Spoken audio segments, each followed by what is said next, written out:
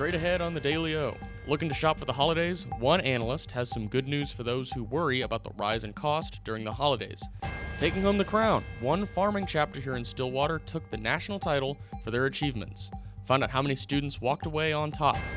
But tonight, we begin with the start of the run for the White House. Former President Donald Trump throws his hat in the ring, announcing his bid for the presidency. We'll tell you the highlights from his speech. All this and more coming up. The Daily O starts now.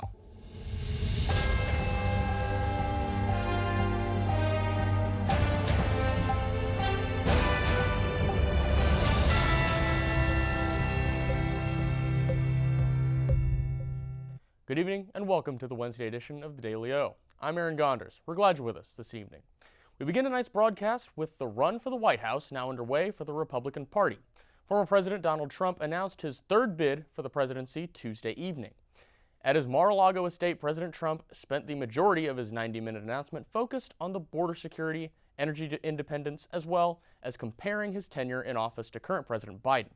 The long-awaited speech comes after a tough midterm election for the Republicans, underperforming heavily in early forecasts to overtake both the Senate and the House, only taking a slim majority in the House of Representatives. While no other Republican candidates have filed to run for the office yet, the former president now looks to become the second commander-in-chief ever to be elected as president to 2 non-consecutive terms. A Stillwater man has been arrested as police say he entered a home uninvited and prevented the homeowner from leaving. According to Stillwater police were called on Saturday at approximately 7 p.m. on North Berry Street for a disturbance. Upon arrival to the scene, police made contact with the victim, who allowed police into the residence before locating Trey Christopher. Christopher was taken into custody and charged with first-degree burglary and kidnapping. For those looking to begin their holiday shopping but worry about inflation, good news is on the way. Inflation may be showing signs of peaking ahead of the holiday shopping season. A retail and e-commerce analyst says the wholesale prices easing is a good sign. While prices are still high, wholesale prices saw its smallest increase since July 2021. The news comes after Walmart and Home Depot posted better than expected quarterly earnings this week. As shoppers gear up for Black Friday, many retailers are already offering steep discounts to draw in customers. One local chapter in Stillwater walked away as national champions in Indianapolis this month. From associations ranging from Oregon to New Jersey, the Stillwater Future Farmers Association chapter had 16 students who placed in the top 10 for their areas, and 7 of those were named as national champions. As a program, the association won 5 national projects in addition to the students. The Oklahoma FFA also returned from the convention with 9 national championships and numerous other awards.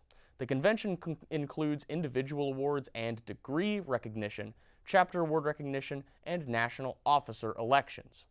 While Thanksgiving break is on the mend for students in Stillwater, that doesn't mean events throughout town are stopping. We'll take a look into the upcoming events for the week on campus and in town. The Saratian Center for Performing Arts will be host to the Brass Ensembles concert under Dr. Joe Cooper. The event is free to the public and will begin tonight at 7:30 p.m. Thursday evening. The OSU Speaker Board will be hosting an immersive event featuring Ben Cohen and Jerry Greenfield, the founders of Ben & Jerry's Ice Cream, at Wes Watkins Center at 7 p.m. For those wondering, yes, there will be free ice cream for all who attend. Attendance is free for students and faculty and $10 for others. Finally, on Friday, Cowboy Wrestling is back in action at Gallagher-Iba Arena. It's a battle of the Cowboys as the Wyoming Cowboys will come to town to duel off. The duel will kick off at 7 p.m. That's part 1 down, 3 more to go on the Daily O. When we return, Twitter has reached a fork in the road. Elon Musk gave an ultimatum to the Twitter staff. We'll tell you what it was. We also have an update on Paul Pelosi's attacker. Find out more when the Daily O returns.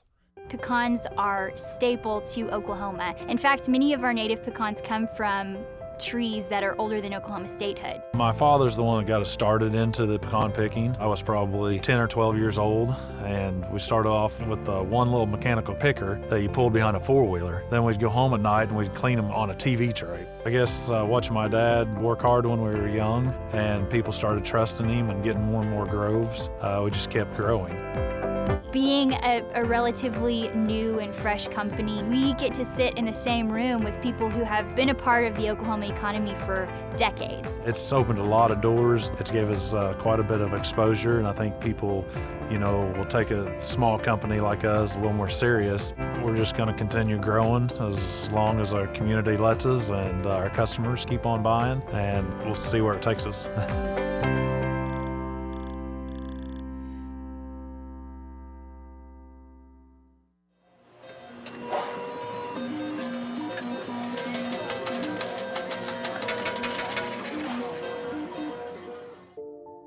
You may have been to casinos at some point in your life, but do you really know the truth behind the game you're playing?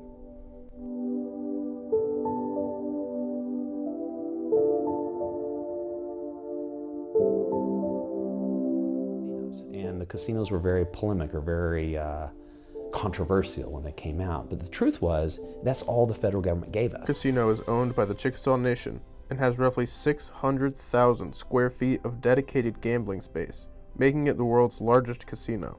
It contributed massively to the Chickasaw Nation posting a net revenue of $1.4 billion for the fiscal year of 2017.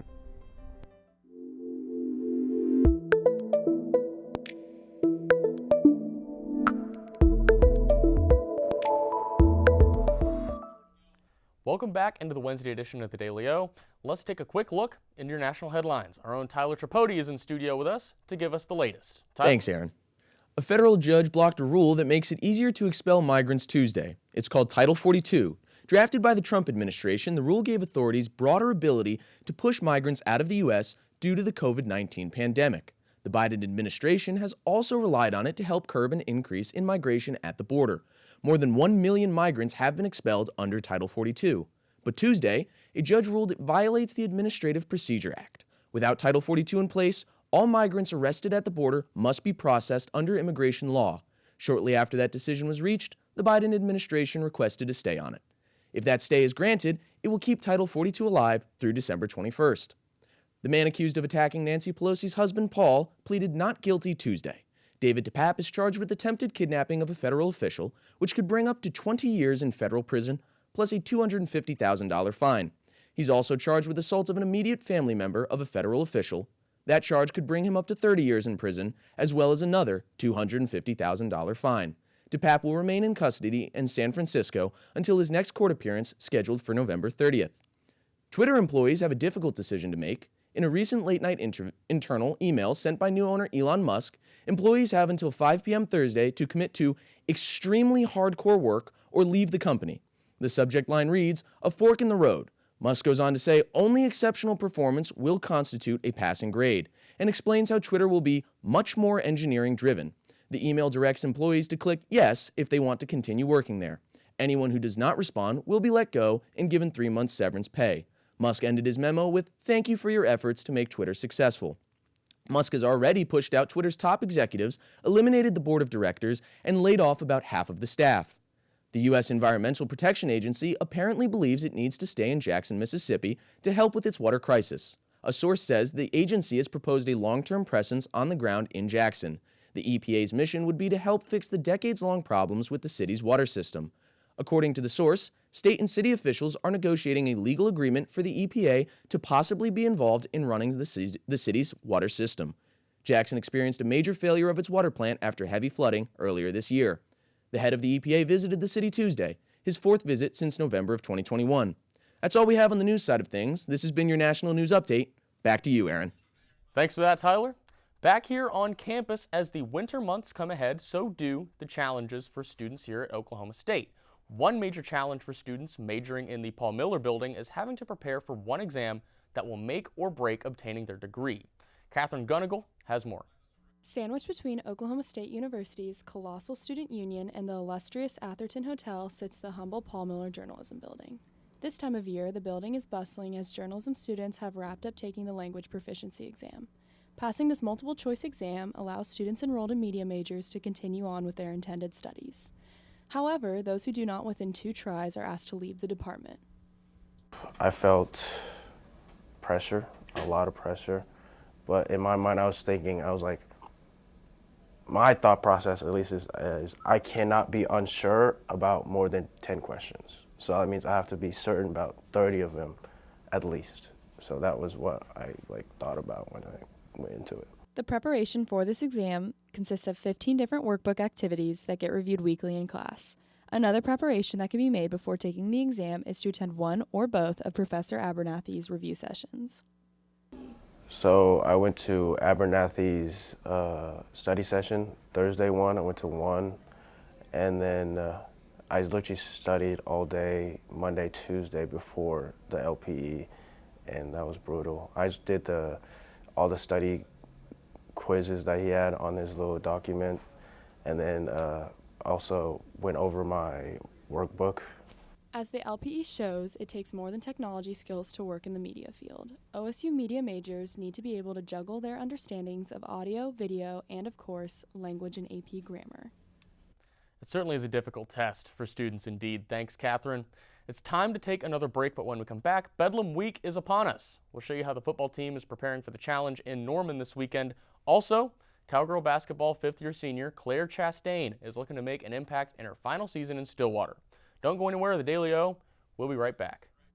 I'm Kristen Hawkins. I went to Oklahoma State University here in Stillwater in '99 to 2004. I've always felt like Stillwater needed more family-friendly things to do, and we have opened up AR Workshop. We do everything from knitting blankets that can be done in a 3-hour class.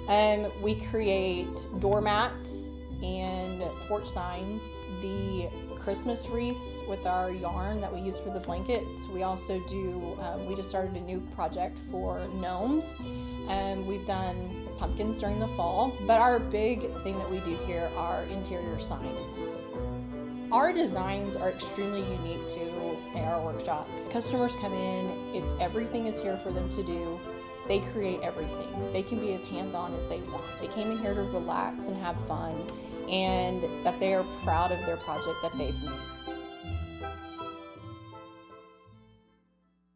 Over the years, we kind of realized that you can get ribs anywhere, you can get a steak anywhere, but you can't always get a Mountain View hot link like ours. So we really decided to focus on that niche and realized we had something really special. So that's when we started focusing more on the hot links, but it's still the same family recipe they were making all those years ago. For us, many of our people that work here have been with us for years and decades. So whereas machines kind of break down over time, the people just get better. And it shows in the products we produce. When you buy a Mountain View product, not only is it going to taste dynamite, but you're also feeding Oklahomans. You're helping employ Oklahomans, and you're helping to fund the state's economy. So what's better than that?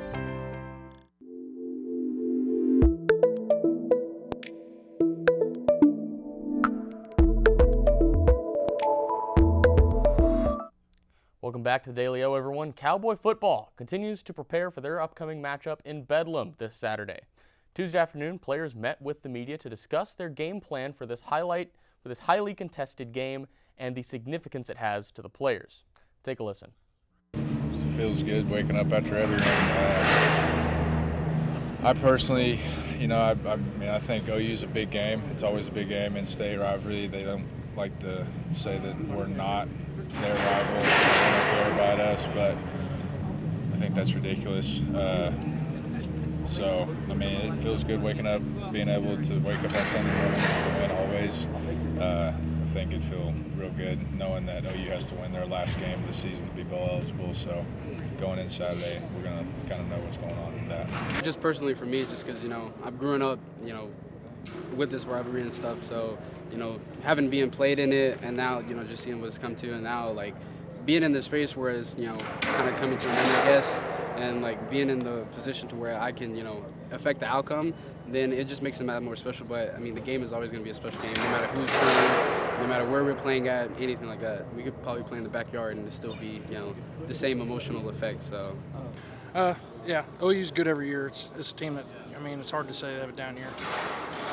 They're good up front. Kudos to them. They do a good job with their scheme and all that sort of thing. So, we've got to just keep preparing like we prepare every game, and, prepare like it's a championship, because that's what it turns out to be. You said it. Stop the run. that's the plan. That's the goal. You know, they have good wide receivers as well. So, but I think if we can stop the run and make them have to throw the ball, that they'll end up making some mistakes, and we'll hopefully be able to capitalize and take advantage of opportunities there. The Cowboys and the Sooners will kick things off in a cold one at 6:30 p.m. Moving things over to the hardwood, Cowgirl basketball has been off to a hot start, starting the season 3-0. With a wide variety of new players looking to make an impact, guard Claire Chastain looks to make the most of her 5th season. Nathan Shell has more. 13. That's the number of Oklahoma State Cowgirls that are new to the basketball roster for the 2022 to 2023 season. 5th-year senior Claire Chastain is one of those 9 incoming transfers. After opting to use her extra COVID year of eligibility, Claire had a choice to make. However, Claire had former UT Arlington teammate Taryn Milton right by her side during the transition process. Playing with her for the last 5 years has been super awesome. This is our last go at it. We're soaking up every last minute of it on the court. We're super blessed to have this opportunity as well. Well, she was in the portal before I even was, and then I can honestly say though, I was persuading her a little bit after I committed. I was persuading her a little bit to come here. Being from Dale, Oklahoma, Claire's move to Stillwater had a lot of advantages. One of those being the support of her nearby family. Just to know that they're going to be there at every home game and have that support. And even my high school, the whole team came here today. My past coaches, they were here, and it's just nice to be at home. When asked when she realized that Chastain was a special player, Coach J.C. Hoyt responded without hesitation. When we recruited her, you know, but she's been so consistent. I mean, from the time that she got to campus, you know, Claire went through a phase where she didn't even know if she was going to play, and then made up her mind ultimately, and, you know, the rest is history. But once she made up her mind, really from the time she got on campus, she's just been incredibly consistent for us and solid. Claire looks to continue her contribution to the Cowgirls' undefeated record thus far. Reporting for Ocali TV, Nathan Shell. Chastain and the Cowgirls look to extend their momentum this Thursday as they travel to Springfield, Missouri to face off against the Missouri State Bears. Time for one last break on the Daily O, but when we return, it's time to celebrate a few athletes' birthdays and discover what happened on this day in sports history, as well as your national sports headlines. Daily O, we'll be right back. We would design something, it was set on the counter, and people was either, if enough of them said, you know, this isn't it, it never made to the line. Dad was excited that they're all original. They were all designed on Mom's kitchen table, and it gets in your blood after a while. We're very happy that Pamela and Michael have taken over the business and kept the family going. We took the business over in 2017. When we found that it was available, we wanted to keep the legacy of family alive, but it was also incredible products that deserved to be a part of Made in Oklahoma's story. We were a part of Made in Oklahoma years ago, and so it kind of grew as Made in Oklahoma grew. Oklahoma is ingrained into everything that we did. We've been here most of our life. That's what we entailed our whole business on, was the Oklahoma homegrown feeling. We use the very best of the best ingredients. Demerara sugar is the best that is.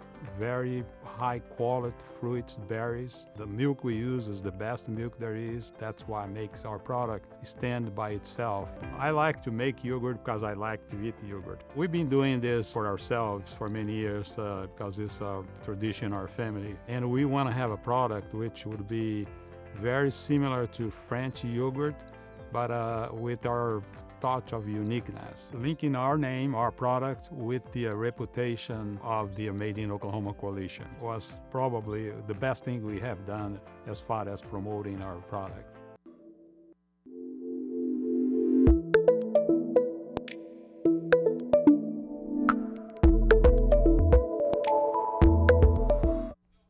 Welcome back to the final bit of the Daily O this Wednesday.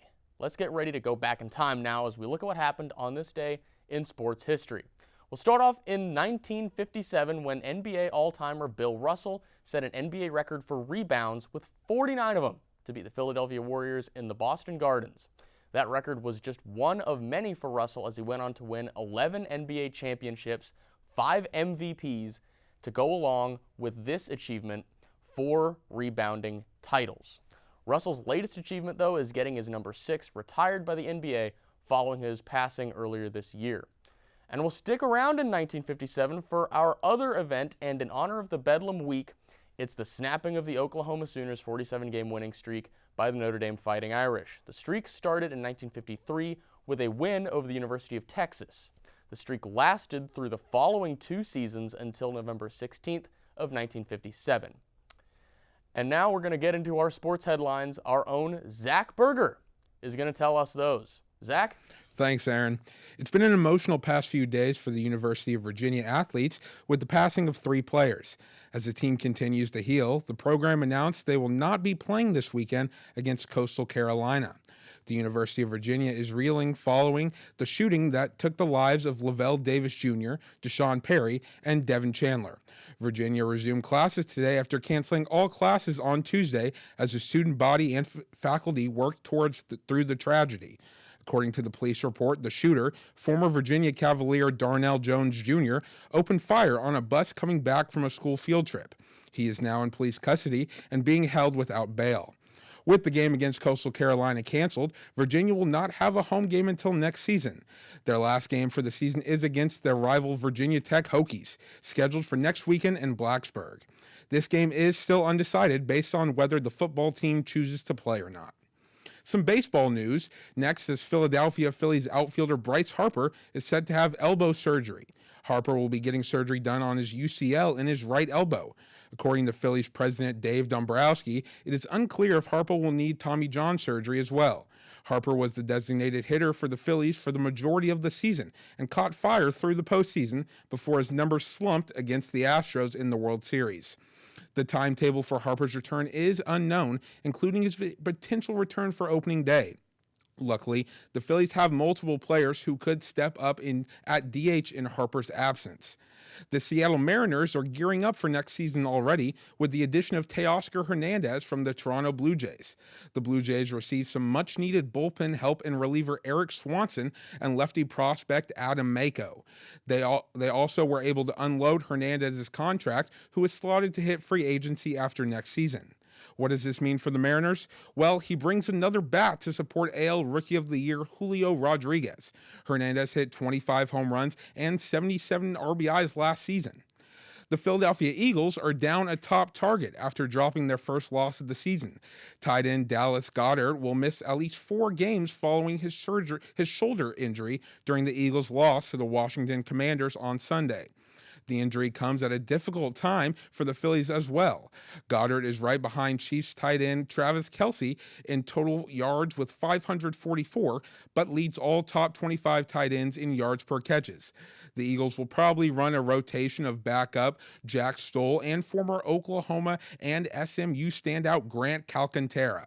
Philadelphia's next game is on the road against the seemingly more confident Indianapolis Colts and interim head coach Jeff Saturday. Well, that'll do it for National Sports Headlines. Back to you, Aaron. Thanks for that, Zach. That is going to do it for today's episode of the Daily O. Make sure to tune in tomorrow. Emma Lightfoot will have you covered for all the OSU and national headlines you need. For the Daily O, I'm Aaron Gonders. Thanks for watching. Good night, everybody. Our state is one of the most beautiful and unique states in the USA. With diverse geographies, the historic Route 66, unforgettable restaurants, and some of the greatest people on the planet. With so much to see and so much to do, living in Oklahoma means one of the best vacation spots is right in our own backyard. Doesn't this story need to be told? As filmmakers and photographers based right here in Oklahoma, we thought so. And hey, who doesn't like a good road trip? So, we packed up our cameras, teamed up with Lieutenant Governor Matt Pinnell and the Oklahoma Tourism and Recreation Department, and that's how this series was born. We want to show you why traveling within the great state of Oklahoma is a great idea. So come join us for thousands of miles over the next year, from Broken Bow to Black Mesa. This is the Oklahoma Road Trip. Ace in the Bowl Salsa started many, many years ago. I was trying to find a recipe to take to a family gathering, and so I started messing around with different recipes, and I took a little bit from here and a little bit from there, and I came up with a salsa that is truly unique. Ace in the Bowl Salsa is an olive oil-based salsa with tomatoes, green chilies, green onions, and black olives. There's no sugar added, it's gluten-free, low calorie, low carb, low fat, low sodium. So it's a very, very, very good alternative to any snack you may want. As of right now, I'm just looking to be in Oklahoma and having a successful business within the state. If my grandkids could ever take it over when they're old enough, that would be my dream.